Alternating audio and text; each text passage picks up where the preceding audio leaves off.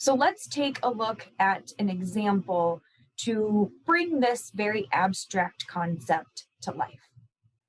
There is a lot going on in this graphic, so let me break it down for you.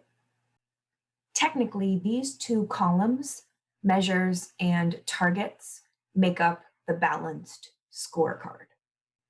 For easy reference, the company's vision, mission, and strategic priorities appear at the top of the graphic. This helps decision makers ensure that the strategy and other components are aligned with the big picture. The four rows in this table correspond to the four perspectives that we just learned about. The learning perspective is labeled organizational capacity in this example. In each row, there are objectives that have been mapped together to show their relationships with one another across the four perspectives. The next two columns contain the scorecard data, the measures that will be taken to assess whether objectives have been met, and the targets that key decision makers are aiming for.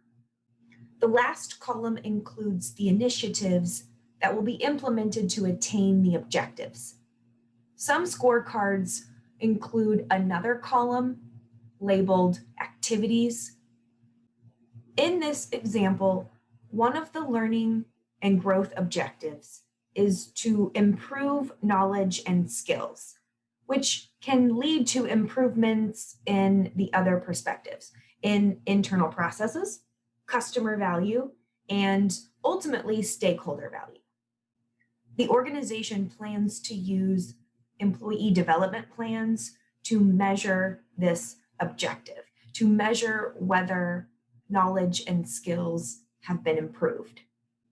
The target is to have 95% of these development plans created and implemented by some date. The company identified a single initiative, product and marketing training, to address this objective. So the company plans to increase knowledge and skills through a product and marketing training program and use employee development plans to measure whether or not the objective was met. This objective is one that is most relevant to training and development. I encourage you to review the other rows, including the measures, targets, and initiatives that the organization plans to use in order to become more familiar with the balanced scorecard and its potential benefits for you and your organization.